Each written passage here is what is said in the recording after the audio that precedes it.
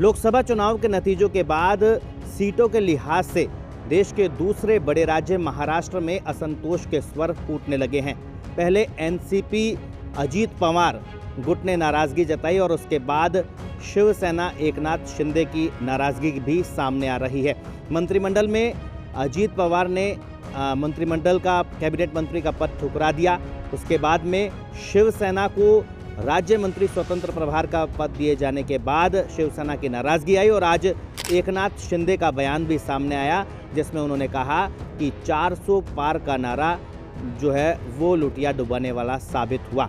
तो जिस तरह से महाराष्ट्र में असंतोष फूट रहा है और 4 महीने बाद महाराष्ट्र में चुनाव भी होने वाले हैं, तो महाराष्ट्र की सियासत क्या मोड़ ले रही है? आने वाले दिनों में महाराष्ट्र की सियासत में क्या कुछ देखने को मिलेगा? क्या शिवसेना भाजपा सरकार पर खतरा मंडरा रहा है? क्योंकि बताया जा रहा है कि कुछ एनसीपी के और कुछ शिवसेना के विधायक हैं वो शरद पवार और उद्धव ठाकरे के संपर्क में भी है। तो महाराष्ट्र की सियासत किस करवट ले रही है, इस बारे में बातचीत करने के लिए हमारे साथ में राजनीतिक विश्लेषक हरीश पाराशर जी हैं।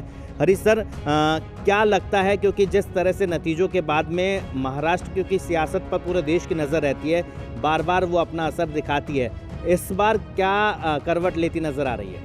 देखिए, जो मंत्रिमंडल का विस्तार जो गठन हुआ नरेंद्र मोदी की कैबिनेट का, उसमें ही जिस तरह की दावेदारी सामने आई, जिस तरह से शिंदे गुट ने कहा कि उनको वाजिब हक नहीं मिला, जिस तरह से अजीत पवार के गुट ने कहा कि उनको कैबिनेट दर्जा मिलना चाहिए भले वो एक सीट लाए हों, तो उससे लगता है कि जो कुनबा था इनका, जो पहले कुनबे में क्या थी कि आपके पास एक बटाईदार था, आपके पास केवल शिवसेना हुआ करती थी जो आपसे हिस्सा मांग लिया करती थी और आप छोटे भाई कभी बन जाते थे, कभी वो बड़े भाई बन जाती थी।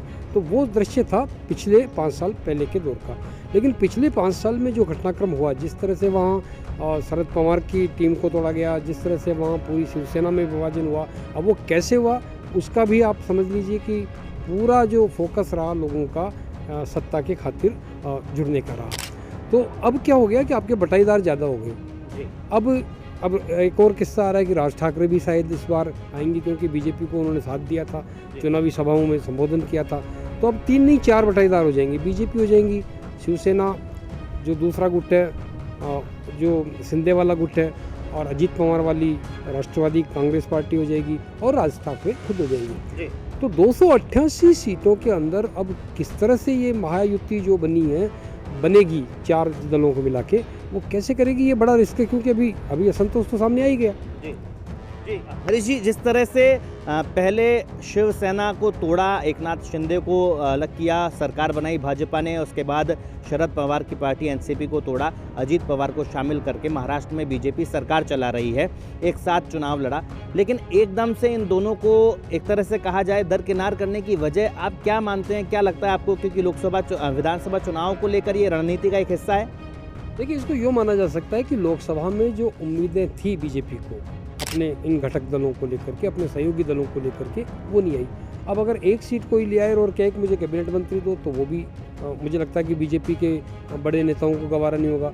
दूसरा अब ये भी है कि आप देखिए, पिछले घटनाक्रम में मैं आपको ले जाता हूँ, जब शिंदे गुट को ला करके जब सरकार में आई, एकनाथ शिंदे जब मुख्यमंत्री बने, तब कोई गुंजाइश ऐसी नहीं थी कि अतिरिक्त विधायकों की जरूरत पड़े सरकार के लिए, लेकिन अजीत पवार को साथ लाया गया। तभी से ही असहज हो गए थे एकनाथ शिंदे कि कहीं ऐसा नहीं हो कि उनको भी कोई कुर्सी हिलाने का काम हो। बीजेपी का कंप्रोमाइज आप देख लीजिए, बीजेपी ने अपने मुख्यमंत्री रहे व्यक्ति को उप मुख्यमंत्री बनाना मंजूर कर लिया। तो अलग परिस्थितियां बनी पूरी राजनीति के अंदर, और उसमें अब जो है हर व्यक्ति को ये डर सता रहा है कि विधानसभा के जब चुनाव होंगे तब उनको कितनी हिस्सेदारी मिल पाएगी, कितनी नहीं मिल पाएगी, कौन किसके साथ रहेगा, कौन नहीं रहेगा। क्योंकि देखिए, राजनीति में संबंध कभी भी स्थायी नहीं होते, और महाराष्ट्र को तो मैं कहूँगा कि महाराष्ट्र एक बहुत ही आइडियल उदाहरण है किसी भी राजनीति शास्त्र का अध्ययन करने वाले व्यक्ति के लिए, कि आप वहाँ पूरे राजनीतिक घालमेल को समझ सकते हो। क्या लगता है कि भाजपा अब, क्योंकि 4 महीने बाद विधानसभा चुनाव है, क्या आपको लगता है भाजपा अकेले चुनाव मैदान में जा सकती है? देखिए, अभी मुझे लगता है कि महाराष्ट्र में ऐसी स्थिति नहीं है कि बीजेपी अपने दम पर कोई बहुत बड़ा प्रदर्शन करेगी, उसको अपने भाइयों को साथ तो लेना ही पड़ेगा। अब सवाल ये है कि वो किसको ज़्यादा तवज्जो दे, वो शिवसेना जो एकनाथ शिंदे की है उसको तवज्जो दे, वो अजीत पवार वाली राकांपा को तवज्जो दे, ये अलग बात है। लेकिन जो अभी असंतोष जो बरकरार, जो आपने कहा कि अभी शिंदे का बयान भी आया कि 400 पार का नारा जो है वो अलग तरीके का था, उसमें भी लगता है कि अब ये बुलबुलें उठने लगे हैं असंतोष के, और कहीं न कहीं इसके नतीजे रिफ्लेक्ट होंगे विधानसभा चुनाव की तैयारी के दौरान। तो आखिरी सवाल, क्या आपको लगता है कि ये गठबंधन जो है एनडीए का शिवसेना और एनसीपी के साथ जो भाजपा का गठबंधन है ये बरकरार रहेगा या फिर चुनौतियां आने वाली है? देखिए, असंतोष इसलिए हुआ कि ये कहा गया कि आपने एक व्यक्ति के जिसके पास एक सीट थी उसको कैबिनेट मंत्री बना दिया। हमने उदाहरण देखे हैं कि चाहे जीतन राम मांझी हो, चाहे दूसरे नेता हों, उनमें एक एक दो दो सीटें, इवन 5 सीट वाले को भी आपने अच्छे कैबिनेट मंत्री का दर्जा दे दिया। अब ये सबका एक तरह से ये रहेगा कि हमें भी मौका मिलना चाहिए, और अगर आपने नहीं दिया, मान लो आपने यही रखा, तो वो विधानसभा चुनाव में कहीं न कहीं गड्ढमड्ढ करेंगे पूरी पॉलिटिक्स को, और बीजेपी हो सकता है कि अपने नए सहयोगियों को तलाश ले, हो सकता है कि फिर कोई पार्टियों में विभाजन करने की तैयारी हो जाए।